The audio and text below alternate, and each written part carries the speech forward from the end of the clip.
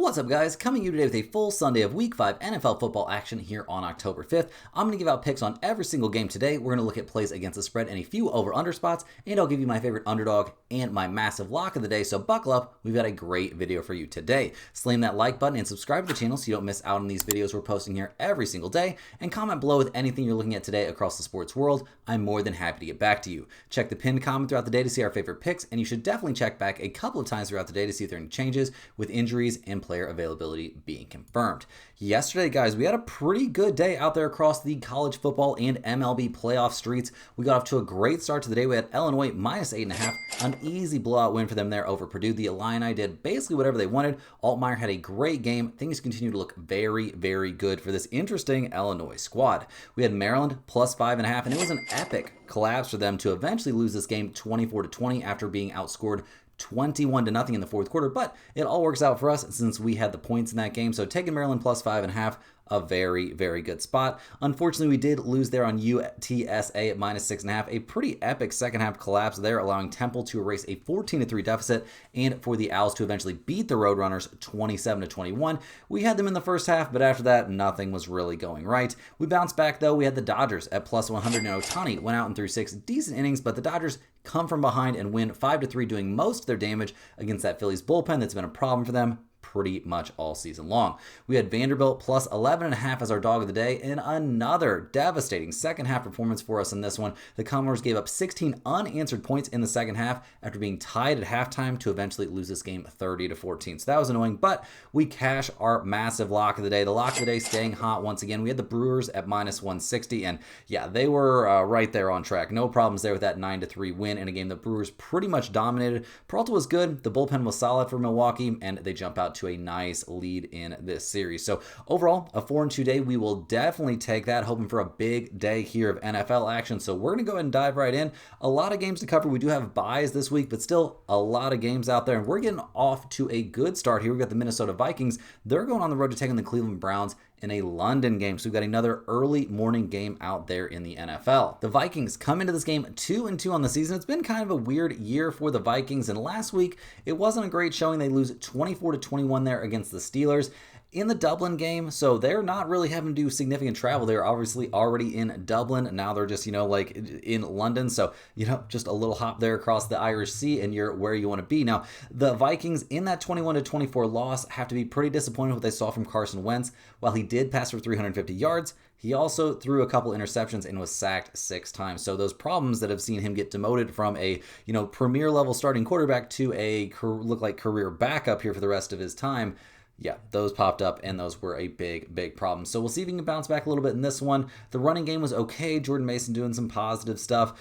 Justin Jefferson, seems like it doesn't matter who's throwing that guy the ball. He's going to go up and get it. But overall, it wasn't an amazing day there for the Vikings. Turning the ball over twice and getting sacked 6 times usually isn't going to have a happy ending. Now, the defense, they did a decent job slowing down Rodgers at least a little bit, but, not really too much. They let the guy complete 18 of 22 passes, only sacked him twice, didn't get a ton of pressures in the game either. They let a lot go there in the running game. That wasn't great. Let DK Metcalf get off for 126 yards and a touchdown. Although if you take out that 180-yard slant he caught, maybe that doesn't look quite as bad. But it was not a good day there for the Vikings at all. So they're going to be looking for a bounce back here in terms of their injury report for this week. Obviously, J.J. McCarthy's still out, so we're still going to be seeing Carson Wentz under center. The offensive line is in shambles right now for the Vikings. They're going to be missing 3 starters on the offensive line. That is crazy, crazy stuff, including their center, which can be a problem. So we'll see how that goes. The defense is relatively healthy, probably going to be missing their starting linebacker, but other than that, they're healthy on defense, but the offensive line is a big concern in this game, especially when you're going up against the Cleveland Browns. They come into this game 1-3 on the season, a predictable letdown after that, upset win over the Packers. Last week, they lose 34-10 there at the Detroit Lions. So not a great look in that game. Obviously, the Browns, not a team that's come into this season with a ton of expectations. They are making a change there. Quarterback Dylan Gabriel is going to be getting the start. Joe Flacco moving to the bench. He's looked terrible this season. That definitely makes sense to me. We like what we saw from Judkins last week. 21 carries, 82 yards, and a touchdown. Not bad work in the ground game, but we did see Flacco fumble the ball away once and get picked off twice. Maybe those are things that can be fixed here. We'll see. Defensively, they really didn't have any answer there for the Lions. I mean, I guess they slowed down the passing game some, but they were pretty bad against the run, and yeah, just not a good day out there for the Browns in general. So we'll see what they're able to do in this one. In terms of their injury report, they're not exactly at full strength. They could be missing one, at least one guy out there, and we'll see. It could get worse than that. Looking at the numbers for this game, guys, the Browns are getting 3.5 points. We've got a total of 36 in this game. Both teams are 2-2 against the spread. We see Minnesota, they're 3-1 to the over. Cleveland's 3-1 to the under. With the Vikings offensive line being that messed up, and now they got to figure out how to stop Myles Garrett, I'm pretty worried about that. A rookie, though, going against a Flores defense is going to be in a really bad spot, so I am worried about Dylan Gabriel. Chalk plays usually do well in these weird standalone international games, and the public is going to be on the Browns, so I do think I'm going to follow them and take Cleveland here, getting 3.5 points against the super banged up Vikings. But guys, this is not a game that I'm going to get involved with, which sucks because I like to have a little bit of something cooking there on the early game, but nothing from this one really appeals to me. I don't even think the total there of 36. I will shade slightly towards the over, I guess, but nothing really jumps out from this one. Next up, guys, we got the Las Vegas Raiders going on the road to take on the Indianapolis Colts. The Raiders are 1-3 on the season. Things have gotten pretty bleak after their week 1 win over the Patriots. They lost convincingly against the Chargers, got blown out by the Commanders, and then last week lost 25-24 against the Chicago Bears. I mean, obviously, Vegas had some chances in that game, but Geno Smith made sure to shoot them in the foot every time he got a chance. 3 interceptions, only 117 passing yards. He did have 2 passing touchdowns and wasn't sacked, but maybe he should take a couple sacks instead of throwing the ball to the other team.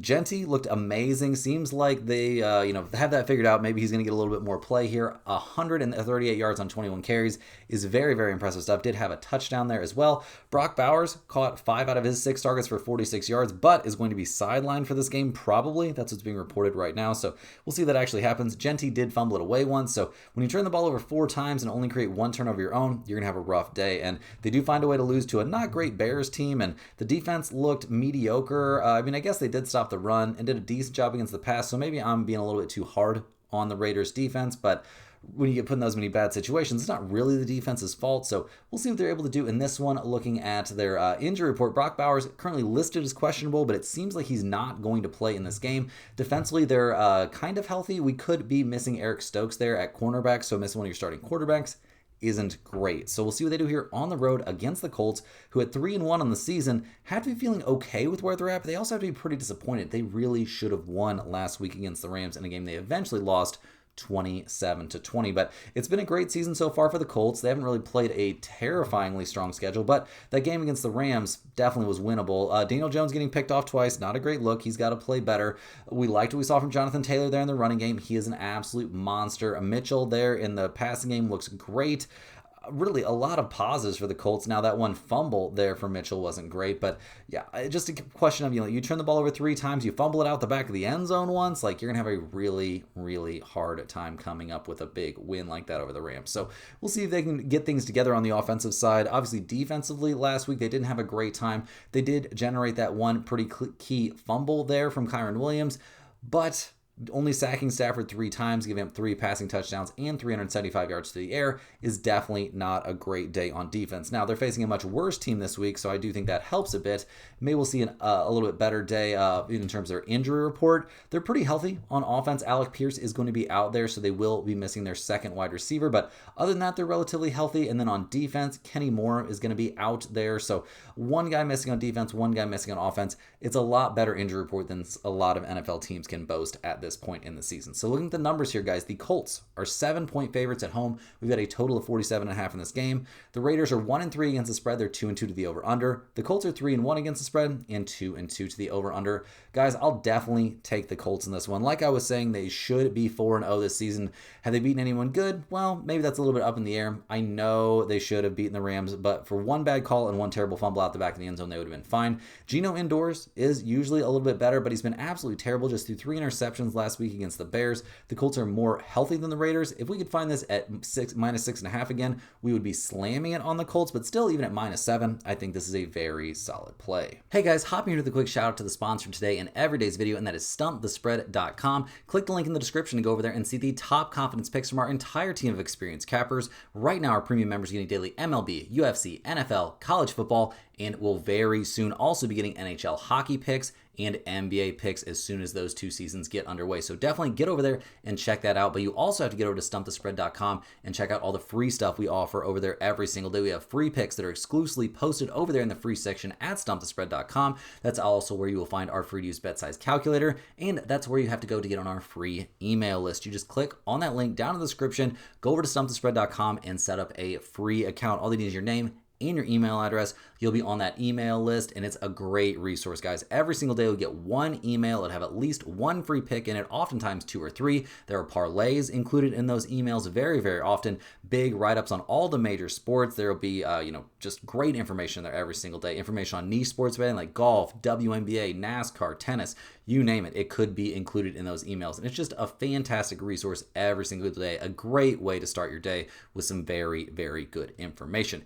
Also, go to stumpthespread.com and that's where you'll find all of our premium content. Our top confidence picks go in there, and there's a team of experienced cappers over there, guys. Each one has over a decade's worth of experience covering his given sport, and the amount of work that goes into those plays every single day, the amount of data points that are included is absolutely crazy when we're making those predictions. And also, guys, those premium top confidence picks might not and usually will not match what you see from us here in the video, as I am not a premium MLB, NFL, UFC, college football, NHL handicapper over there at Stump the Spread. Like I said, we've got a team of experts over there working nonstop day and night to make those predictions. So definitely get over there and check that out. In terms of our results for yesterday over there in our premium picks, it was a little bit of an up and down day. College football has been very, very volatile. MLB ended up being a 1-in-1 day, cashing on the Blue Jays but losing on the Phillies. It looks like Texas, maybe just not actually a very good college football team. They were a loser, but we had UNLV minus 3.5. That was a nice win. Florida State getting some points. That play is still alive. Buffalo, unfortunately, didn't come through for us, but Georgia did come through as a nice 2-unit play there as big, big favorites in a bounce back spot. So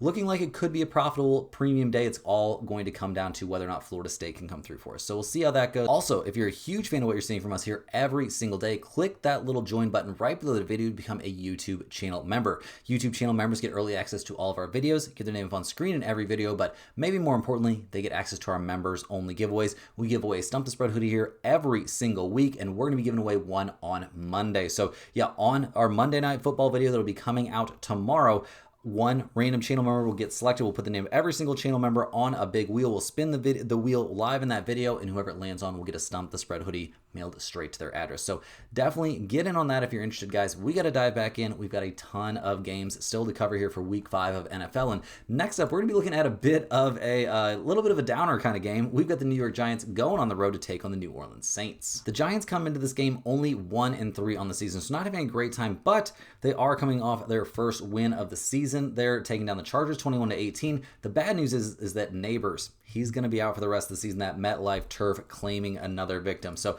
we'll see. Hopefully he can make a good recovery, but he's going to be out for a while. So it could be a little bit rough here for the Giants, but we'll see what they can do. Jackson Dart having a pretty reasonable day for a rookie. 111 yards, 13 of 20 passing, 1 touchdown. He was sacked 5 times, but also ran the ball 10 times for 54 yards and a touchdown. So that all looked good. Scattaboo doing his thing out there, running like a maniac, putting up some positive yardage. Overall, definitely not a bad day there from the Giants. And their defense looked especially good, holding the Chargers to only 18 points, making Justin Herbert look pretty pedestrian out there, picking him off twice.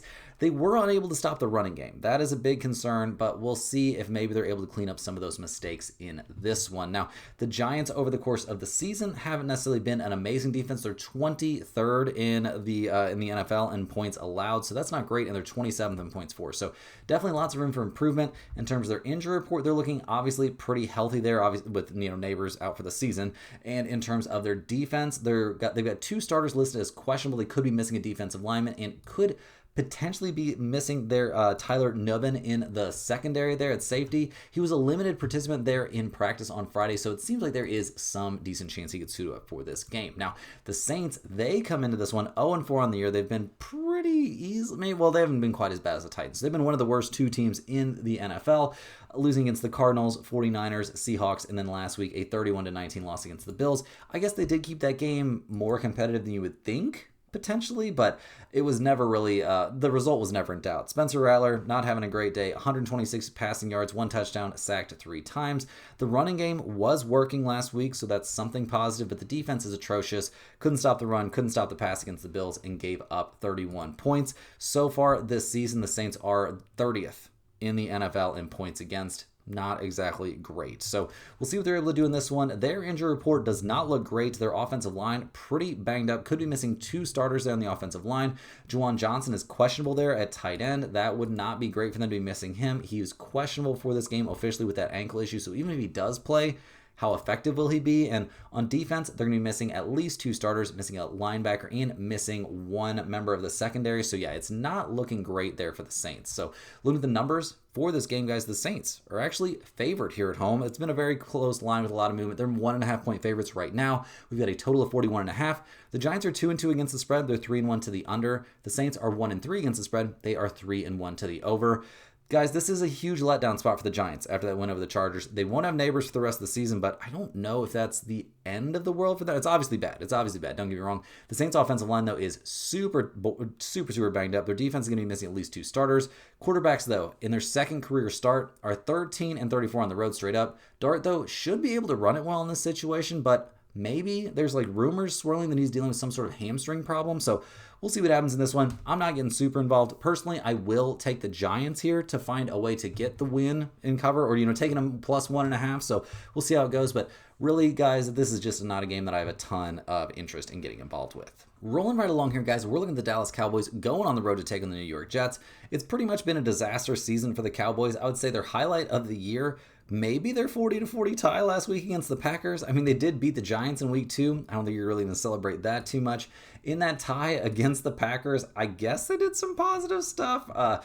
Dak, looking good. 319 yards to the air, 3 touchdowns. Cool. Javonte Williams, 85 yards on 20 carries. Everything looking pretty good. George Pickens, looking like he's capable of picking up the slack. The extra targets left there by CeeDee Lamb not being available. He had a massive day, but really, I'm not super excited what I saw from the Cowboys because of how bad their defense is. They can't stop anyone, couldn't stop the Packers at all last week, only had 1 sack in an entire game and an entire overtime. That's embarrassing. Couldn't stop the run, obviously couldn't stop the pass. They only generated that 1 turnover. A bad day. And this is probably the worst defense in the National Football League, guys. They're 31st in the NFL in points allowed. They're allowing an average of 33 points per game. So that's all looking real bad. Offensively, they're pretty banged up. Still, they're going to be missing at least 2 starters there on the offensive line, possibly 3. CeeDee Lamb not going to be back for this game, obviously. So we'll see what happens. But the offense is not looking great, and the defense has 1 guy questionable, but I don't even really care about that. The defense is so inept. They can't really stop anyone, and I question whether or not they'll be able to stop the Jets here. The Jets are 0-4 on the year, trying to keep their entire season from going down the tubes. They lost 27-21 last week at the Dolphins. That is not a great look. Did keep a game very close against the Buccaneers. Played a game they probably should have won in week 1 against the Steelers, but it's not been a good season, obviously. We liked some of what we saw from Justin Fields last week. I mean, 226 yards through the air and 1 touchdown, was sacked twice, but also ran the ball for a touchdown and 81 yards. Like, what more can you really ask him to do? The running game was great there for the Jets. They just couldn't get stops when they needed them against those Dolphins. They couldn't pressure Tua, and when you let Tua just sit back there, things can get a little bit spooky. But overall, it was a very good day for the offense, not a very good day for the defense, so we'll see if they've got a bounce back in them here. In terms of the Jets injury report, they're looking fully healthy there on offense. A big plus here. Not very many teams fully healthy at this point in the year. On defense, we do see Jermaine Johnson there is questionable, so they could be missing their defensive end. We'll see. I'm not 100% sure there's a lot of clarity on whether or not he's going to be able to play in this game. Yeah, it seems like it's still a bit up in the air. We could also, actually, Michael Carter II is now confirmed out, so they will be missing 1 starter there on defense, but I do think the Jets are in okay shape. They're getting a 1.5 at home. We've got a total of 47.5 in this game. Dallas is 2-2 against the spread. They're 2-2 to the over-under. The Jets are 2-2 against the spread. They are 3-1 to the over.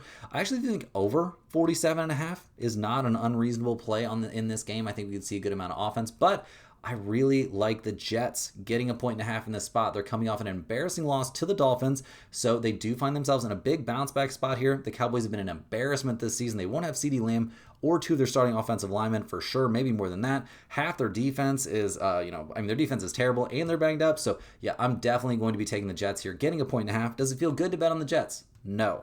but this is a spot where I think we have to take them. Rolling right along here, guys, we're looking at the Denver Broncos heading to Philadelphia to take on the Eagles. The Broncos are 2-2 on the season. They got a blowout 28-3 win over the Bengals in their last game. Congrats. Their 2 wins this season are over the Bengals and the Titans. Let's keep that in mind when we're evaluating this team. They played a close game against the Chargers and lost, a close game against the Colts and lost. There were some extenuating circumstances in both games, but I'm not super high on the Denver Broncos. Now, last week, obviously, the stats are going to look great. Bo Nix, a big day, 2 touchdowns, 1 interception, no sacks, 326 yards through the air. That's a big day. Let's keep that in mind. And that happened against the Bengals, one of the worst defenses in football. J.K. Dobbins, a monster day running the ball. R.J. Harvey, a monster day running the ball. Lots of positives when you're facing the Bengals. Let's see what they can do facing maybe one of the best teams in football. Now, defensively, they looked really good last week, giving up 3 points. But that was against the Bengals with a backup quarterback. So we'll see how things look this week for the Denver Broncos over the course of the season. They are second in the NFL in points against. So congrats on that. Like I said, let's see how it looks against some better teams. Now, they are very healthy coming into this game. That's a bit of a cheat code at this point in the season to be fully healthy. So we'll see how things go here for them as they hit the road to take on these Philadelphia Eagles, who have yet to take a loss this season. They're 4-0, beating the Cowboys, Chiefs, Rams, and Buccaneers. If you look at that, they've probably beaten 3 playoff teams already this season. That's pretty impressive stuff. Now, in that 31-25 win, they're in Tampa Bay. Liked a lot of what we saw from Jalen Hurts. 2 touchdown passes, 130 yards through the air. He also ran the ball 9 times for 62 yards. So very good stuff there. We have not seen Saquon Barkley have a breakout day yet this season. 19 carries, 43 yards, and 1 touchdown last week. Wasn't great, but definitely was helpful in this win. Not a monster day there offensively from the Eagles, but more than enough to get the job done, and defensively they were excellent. They sacked Baker Mayfield twice, picked him off once. They did give up 2 touchdown passes, but they limited Bucky Irving, limited Rachaad White, didn't really keep Bucky Irving and the passing game in general, they didn't really keep in check too much, but they did generate 2 turnovers in the game, and that ended up being enough. So a very nice game there for the Eagles against a tough Tampa Bay team. Over the course of the season, they are 15th in the NFL in points against, but when you look at the teams they faced, that's a little bit more understandable. Now, looking at their injury report here, they're basically fully healthy on offense. That is a big deal. And on defense, they're also very healthy. So 2 pretty healthy teams facing off in this one. Looking at the numbers, the Eagles are 4-point favorites at home in this game. We've got a total of 43.5. Denver's 1-2-1 against the spread. They are 3-1 to the under. The Eagles are 3-1 against the spread. They are 2-2 to the over-under. The Eagles' offensive line is a little bit banged up, but when you see what they've done against such an insane schedule, it's pretty impressive that they're 4-0. Can Bo Nix play well against a tough opponent? Well, guys, he's 4-7 against the spread in his career as an underdog. Denver is 1-6 lifetime playing in Philadelphia, not a place they have a lot of success. I think Denver's being overvalued here because of their blowout win last week against the Bengals. Guys, I'll take the Eagles here playing at home, only 4-point favorites here against a Denver team that, keep in mind, has only beaten terrible teams so far this year. I think they're going to have a really rough time handling the Philadelphia Eagles. Rolling along here, guys, we're looking at the Miami Dolphins heading to Carolina to take on the Panthers. Another matchup of 2 pretty terrible teams. The Dolphins got their first win of the season last week when they took down the Jets 27-21. So well played there, a desperately needed win. Tua, he had the perfect recipe for him to have a good time. 2 touchdown passes, 177 yards, sacked 0 times. That's how you know he's got a chance to play well, is when there's absolutely no pressure on him. Will that happen in this one? We'll have to wait and see. A-Chain, another monster day there. Almost 100 yards on the ground on 20 carries. Also a touchdown. Tyreek Hill had 67 yards before he ended up getting knocked out of the game. So that was pretty unfortunate. You hate to see it. The Dolphins on defense gave up 21 points. Could not stop Justin Fields at all. Running the ball, really couldn't stop the run in general. Could that be a concern here against the Panthers? Well, the Panthers are a little bit banged up at running back, so we'll see how this one goes. Now, in terms of the injury report here for the Dolphins, they come into this game looking relatively healthy, obviously with the large exception there of Tyreek Hill. Defensively, they are going to be missing Storm Duck there at cornerback, but other than that, they should be pretty much ready to go here as they head to Carolina to take on these Panthers, who are now 1-3 on the season. They had that crazy 30-0 shutout against the Falcons there in week 3, but then in week 4, got obliterated 42-13 by the Patriots. And when you look at their schedule so far this year, they've played the Jaguars, Cardinals, Falcons, and Patriots. They've only managed 1 win, and they've only kept like one of those games close besides that weird shutout win there against the Falcons. Last week against the Patriots, got obliterated. Bryce Young, 1 touchdown pass, 150 yards through the air, only completed 18 out of 30 passes. We actually saw Andy Dalton come in and look pretty sharp. Completed 5 out of 6 passes for a touchdown and 58 yards. Chuba, he's going to be out for this game. He did a good job running the ball before getting injured. Overall, just a rough day. And obviously, the defense looked atrocious. Couldn't stop the pass, couldn't stop the run, couldn't stop anybody, couldn't defend their way out of a paper bag. So, life looking pretty bleak there for the Panthers. They come into this game looking banged up there. Running back for sure. And at tight end, going to be missing Chuba Hubbard there. Also, going to be missing their starting tight end. On defense, going to be missing at least one starter there, maybe up to two. And things aren't looking great for the Panthers right now. They are getting 1.5 points at home. We've got a total of 44 in this game. The Dolphins and the Panthers are both 2-2 against the spread. The Dolphins are 3-1 to the over. The Panthers are 2-2 to the over/under. Guys, I'm going to be leaning towards the Dolphins. Does it feel great? No. Is this going in the pinned comment? Hell no. But I do think the Dolphins are in a good spot. I think Chuba being out is a huge problem for the Panthers. He's their best offensive player for sure. No Tyreek Hill does seem bad for the Dolphins, but I don't think it's going to matter that much in this game. Carolina has zero pass rush. That's what Tua does great against. That's against the bad teams that can't pressure him. I do think Miami's in a pretty good spot. I know I said I'm not going to put it in the pinned comment, guys, but sometimes you got to take these terrifying spots. So it's going on the list. I'd be lying if I said it didn't have a chance. Next on the dock, we've got a very interesting game. We got the Houston Texans going on the road to take on the Baltimore Ravens. The Texans just got their first win of the season, taking down the Titans 26-0. So congrats on that, but you've also lost to the Jaguars this season, lost a 1-point game against the Buccaneers, and lost in week 1 to the Rams. So we'll see what the Texans have in the tank. Obviously, we can't take too much from their stats from last week because, yeah, congrats, Stroud. You finally had a good game. 22 of 28, 233 yards and 2 touchdowns. You did that against the Titans. Not a whole lot of resistance there. The running game looked okay, but not dominant for the Texans. Obviously, just not a lot we can take from that. Sure, the defense was dominant in that game, but it was against the Titans. Like, we'll see what they can do in this one. But yeah, it hasn't been a great season here for Houston. The defense is good though. I'm talking too much smack about the defense. Defensively, they might be one of the top teams in the NFL, albeit they haven't played the toughest schedule. So we'll see how that goes. They're first in the NFL, giving up 12.8 points per game on average. Now, in terms of their injury report coming into this game, they're relatively healthy there on offense and on defense, so it's looking very good at this point.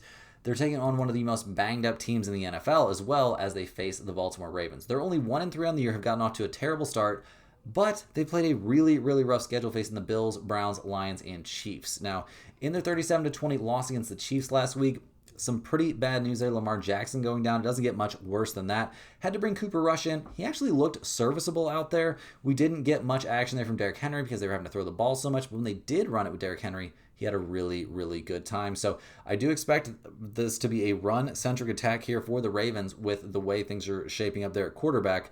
Defensively getting shredded by the Chiefs last week is not exactly an amazing look. Having Xavier Worthy back was clearly a big deal for the Chiefs and a nightmare for the Ravens, who are maybe one of the worst defenses in football right now. They're 32nd, dead last in points allowed per game. So looking at their injury report, Lamar obviously out for this game. We also see one offensive lineman listed as questionable. They've had plenty of issues on the offensive line this season. The maybe bigger problem is their defense is going to be missing 4 starters, possibly 5 in this game, and the defense was already terrible. So a lot of big concerns here for the Ravens in terms of injuries. And looking at the numbers, they're actually getting 1.5 points in this game. We've got a total of 40.5 here. Houston's 1-3 against the spread. They're 4-0 to the under. Baltimore's 1-3 against the spread. They're 4-0 to the over.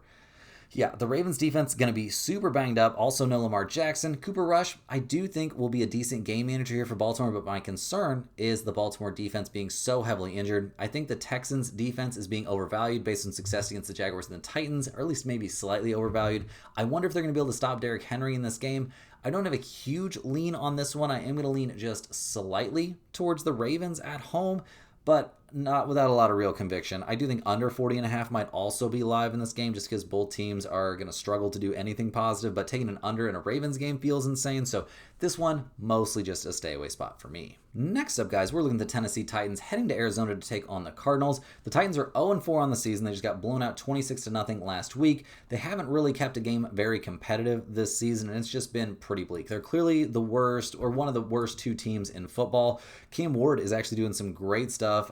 Despite the fact he only passed for 108 yards last week, I do like the way he's throwing the ball. He just has no protection, and there's just nothing positive to say about this team other than him. I guess Pollard can run the ball all right, but it is bleak right now for the Titans offensively. And defensively, it's not much better. One of the weaker defenses out there. It feels like they just got shredded by the Texans, who are not good. And over the course of the year, they're 28th in the NFL, allowing 30 points per game. They're also last in points scored per game. So really just a ton of negatives right now for the Titans. In terms of their injury report, Calvin Ridley is questionable. We do see Latham questionable there, or no, out, listed as officially out there on the offensive line. They're healthy on defense, but how much will that matter with how bad they've been? Now, they are taking on a bad team. They're facing the Arizona Cardinals, who are 2-2, wins against the Saints and the Panthers, okay, then losses against the banged-up 49ers, and an actually fairly competitive loss there, a 23-20 loss against the Seahawks last week. They kept it a little bit closer than I would have expected. Kyler Murray did have some positives, but also got picked off twice. 2 touchdowns, 2 interceptions, sacked 6 times. He also ran the ball 5 times for 41 yards, so we'll see if he's able to come up with anything normal in this one. Obviously, the Cardinals' running attack is looking a little bit weird right now. Marvin Harrison Jr. did have a bit of a bounce back, but let's keep in mind he only caught 6 out of 10 targets, so we'll see what he can do this week. Defensively giving up 23 points against Seattle. It's not a terrible effort, although they couldn't stop the run, which is a bit concerning. Now, looking at the Cardinals injury report, right now it's looking a little bit better. Evan Brown is doubtful there on the offensive line, but on the defensive side, Darius Robinson's going to be out. Will Johnson is questionable, and Max Melton is also questionable, so could be missing up to 3 members of that starting defense. Now, will that matter against the Titans?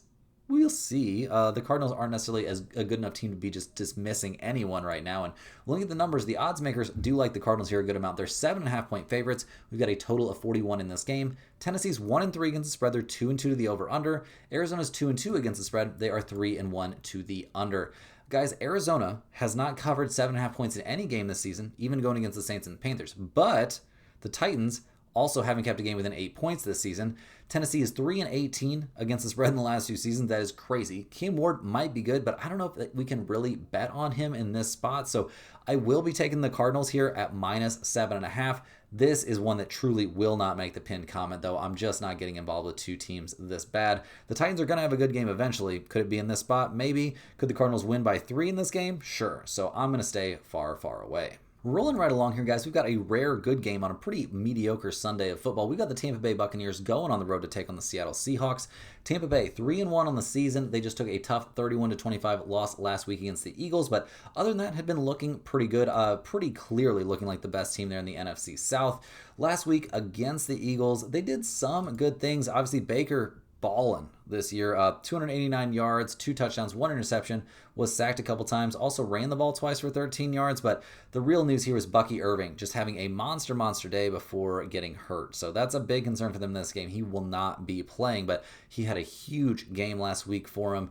Overall, this Buccaneers team is looking pretty dangerous, but they are very banged up now, and on defense last week, they couldn't stop Jalen Hurts. That was a big problem. Now, taking on Jalen Hurts and taking on Sam Darnold, quite a bit different. So we'll see how things look this week. In terms of their injury report, the Buccaneers come into this one looking very banged up. Mike Evans and Bucky Irving both confirmed out. That is not good. That is a big problem. Now, they do have some other weapons here, but I'm not sold on their ability to run the ball with Bucky Irving out of this game. Now, we do see Dean listed as out there, so they will be missing a cornerback. Missing a cornerback against the Seahawks. Is that the end of the world? Maybe not. Is it great? Certainly not. So we'll see what they do here in Seattle. These Seahawks are 3-0 over the last 3 weeks. But let's keep in mind their wins this season over the Steelers, Saints, and Cardinals. So not exactly time to throw them a parade. In that win against the Cardinals last week, they only won 23-20, allowing Arizona to outscore them 14-6 in the fourth quarter.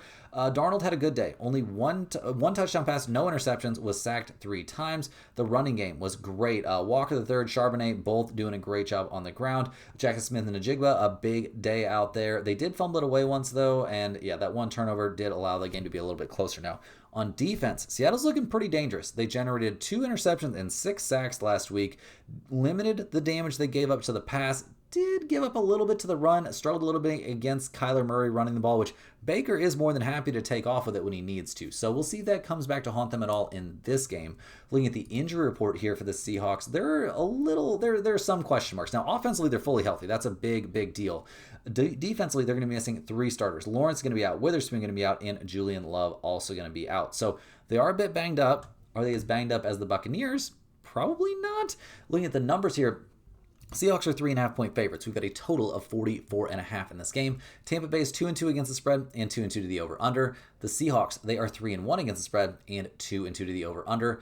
Guys, all the Buccaneers wins are against pretty bad teams. Bucky Irving and Mike Evans both being out for this game is a huge problem for them. Seattle's getting pressure on the quarterback even when they're not blitzing, and while their wins are also against kind of mediocre teams as well, they've been good. They will be missing 3 starters on defense. This game feels like a very weird spot to me. I'm a little bit unsure which way to go.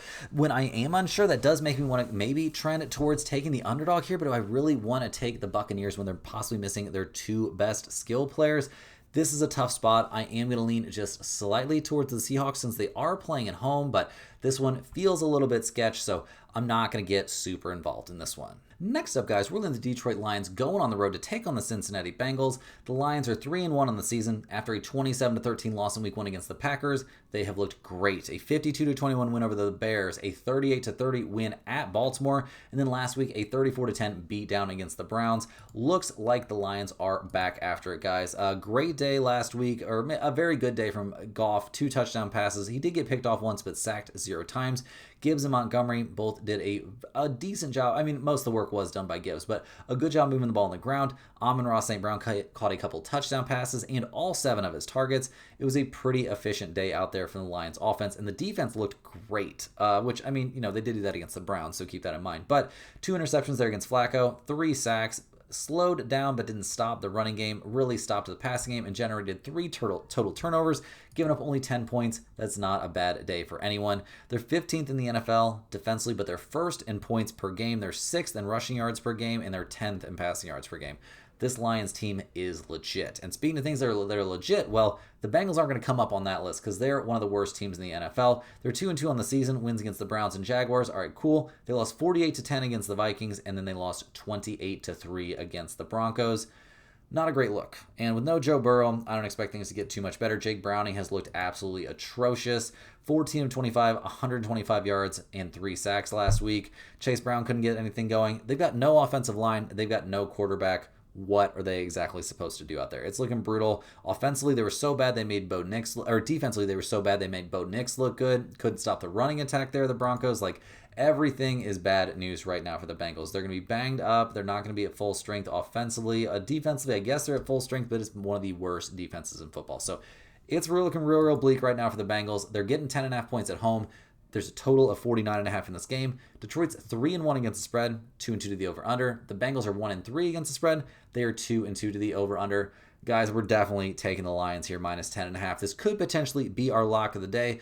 Detroit just keeps reeling off blowout wins. Already look like they're back to their form from last season. Also, the Lions are basically fully healthy. Jake Browning is terrible. The Bengals' offensive line and defense are basically non-existent. I think the Lions could win this one by 3+ touchdowns. Next on the docket, guys, we're looking at the Washington Commanders heading to LA to take on the Chargers. The Commanders 2-2 on the season, but the big news is that Jaden Daniels is going to be back in the starting lineup for this game. Now, they did lose last week 34-27 against the Falcons. A pretty valiant effort. Honestly, Mariota hasn't been terrible. He's not nearly as dynamic, but he's, putting in some solid efforts. They did what they could to keep this game close, but they just didn't have enough there in the end, losing 27-34. But things are going to look completely different. Deebo Samuel not getting nearly enough shine here. The dude is balling out. Caught 6 out of 6 targets for 72 yards and a touchdown last week. Very, very impressive stuff after he had a couple rough seasons and then a kind of ugly divorce there from the 49ers. So we'll see what he looks like in this one. We'll see if the Commanders' defense can be a little bit better. They did generate 1 interception there against Penix, but allowing him to pass for 313 yards is not exactly a great look. They couldn't stop the running game, but a lot of teams are going to struggle to stop the Falcons' running game. So we'll see what they look like this time. The offense is a little bit banged up. McLaurin is going to be out. Noah Brown is going to be out, but with Deebo healthy and Zach Ertz healthy, and most importantly, Jaden Daniels healthy, I don't think that to be too worried. Defensively, they're looking very healthy and ready to go. That is a big deal here as they take on the Chargers, who are 3-1 on the year. They just took their first loss of the season. They're falling against the Giants. Suddenly, when you look back at the Chargers' wins, they're starting to lose a little bit of their luster. I mean, they beat the Chiefs in Week 1, but the Chiefs looked terrible until they started to get their weapons back. They beat the Raiders 20-9. That seems like a weirdly close game against a terrible Raiders team. They barely were able to get past the Broncos, who haven't looked great. And then last week, losing at the Giants, that's pretty embarrassing. Herbert didn't look good, picked off twice, 1 touchdown pass, only 203 yards through the air. Hampton looked great running the ball. That was a big plus, but defensively giving up 21 points to the Giants. They couldn't stop the run, couldn't really stop a running quarterback either there in Jackson Dart. And if you're asking me who's a better runner, is it Jaden Daniels or Jackson Dart? I think I'm going to take Jaden Daniels just by just a hair, guys, just a little hair. Just kidding. Obviously, that's sarcasm. He's way, way better. So I think the Chargers possibly find themselves in a difficult spot here in terms of their injury report. They're pretty banged up. They're going to be missing at least 2 guys there on the offensive line, maybe 3 if you count Will Disley. The defense is starting to get banged up too. They've got a lot of guys that are missing for the rest of the season. So looking at the numbers here, the Chargers are 3-point favorites at home.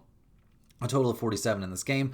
Washington's 2-2 against the spread, 2-2 to the over/under. The Chargers are 2-1-1 against the spread, 3-1 to the other under. Guys, I'll definitely take the Commanders here getting 3 points. Having Jaden Daniels back is a massive deal. Chargers dealing with a ton of injuries. They should have lost against Denver. Herbert isn't good against pressure, and now missing guys in the offensive line and going against the blitz heavy Commanders isn't going to be a good time for him. The Chargers defense is banged up. I don't have anyone that I can actually see on their roster keeping Jaden Daniels in check or being able to, quarterback spy on him or anything like that. So I think we're looking at a really, really rough day here for the Chargers. I do think there's a chance that Commanders could actually win this game straight up, but we're probably going to take the 3 points here just to be safe. Last but not least here, guys, we're looking at the New England Patriots going on the road to take on the Buffalo Bills.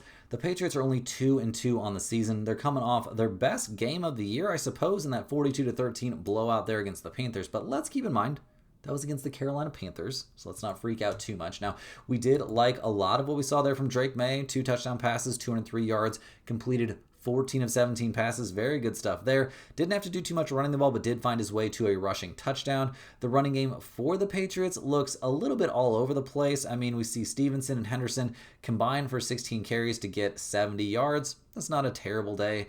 Stephon Diggs had a monster day catching passes, caught 6 out of 7 targets for over 100 yards. So a lot of good news. But let's keep in mind, all that good news happened against the Carolina Panthers. Now, defensively shutting down the Panthers was great, holding Bryce Young to only 150 yards passing on 30 attempts. Not bad. Struggling against Andy Dalton in garbage time, I don't think is a huge deal, but they did struggle to stop the run in this game when the Panthers running game was healthy. So we'll see what they do in this one. The Patriots defense this year has not necessarily been insane, 10th in the NFL in points allowed, but haven't played the toughest schedule. The Bills actually come into this game a little bit banged up there. Spencer Brown could be out there at right tackle, which obviously you want Josh Allen in that running game to have everybody they can possibly have available. So we'll see how that goes. Defensively, though, and they haven't been very good defensively this season, obviously. Ed Oliver there is questionable.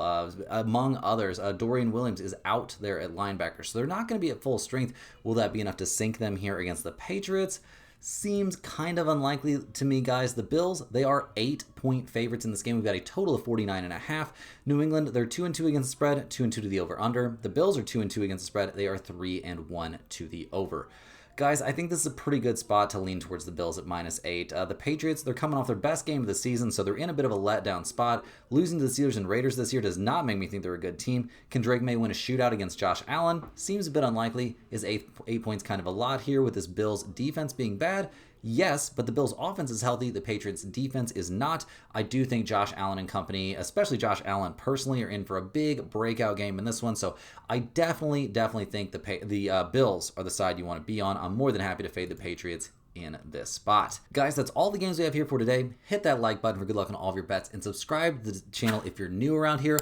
Let me know in the comments any questions you have on today's slate. I'm more than happy to get back to you. I appreciate everybody watching these videos. Make sure you're clicking the link in the description. Get over there to stumpthespread.com. Get on that free email list. It's a great resource every single day. Keep you on the right track there with your sports bets and just in general. It's a great thing to keep an eye on because all kinds of information on things you might not even be considering on a day-to-day basis when you're looking at all these potential wagers out there. Also, tons and tons of great parlays and other great bets out there. So definitely get on that email list. Check out all of our premium stuff over there at stumpthespread.com.